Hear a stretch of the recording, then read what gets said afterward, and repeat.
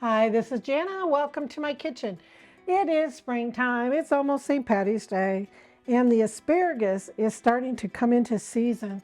I know you can get it year-round, but still. So here is a perfect example of a specimen of an asparagus. Just right. And feel the tip. It's not mushy. It's very nice. And how you test where to, see, I'm pushing, I'm doing pressure, bending, up, and then it breaks. And that's how you know where the tough part leaves off. And so we're going to do another one. So we're going to start at the bottom. Pressure, pressure, pressure, pressure, pressure, pressure. You would think because it's skinny that it would be tender all the way, but that's not always the case. Also, be watching. If you're paying for it by the pound, pull these out. This has gone to seed, and it is just going to be real stemmy. And you will just chew it and it'll be like a mouthful of grass and it doesn't digest. I learned something new. And so anyway, but you just want to look for the heads that are closed, that are not open, and that they aren't meshy. Okay? And so then you go from the bottom, bend, bend, bend, bend, bend, and there it breaks. And so I've got a oven-proof casserole dish here, broiler proof. And this is so fast and simple. This is a everyday. I mean, I don't care if you're eating keto or dirty carnivore or whatever, but you can, look at this one they charged us for, and it is gone to seed. Oh, there's a little bit of stuff there. I'll put it in there and see what happens. Somebody will eat it. Yep.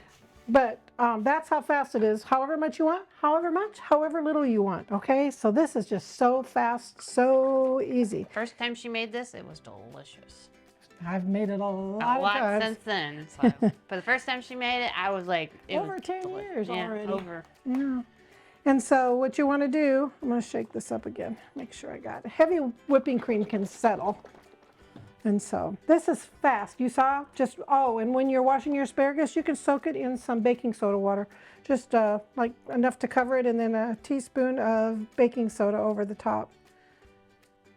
And then let it soak for 5 minutes or so. 2 minutes, whatever time you got, okay? And then we cover that much with heavy cream, more or less, whatever you choose, okay? And then I'm going to salt to taste, or not salt, whatever your thing is. And then I'm going to do a little bit of pepper, like that. And then I have fresh grated Parmesan. This is a Parmesan. It's in her Amazon store. Or anything you want to grate. You just put it in here, you squeeze it, no electricity, nothing. You just, and it saves your fingernails. Because I've got all kinds of graters. But she's used this for chocolate, cheese. Oh man, forever. You might have to adjust.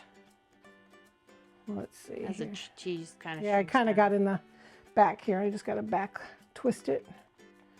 All right.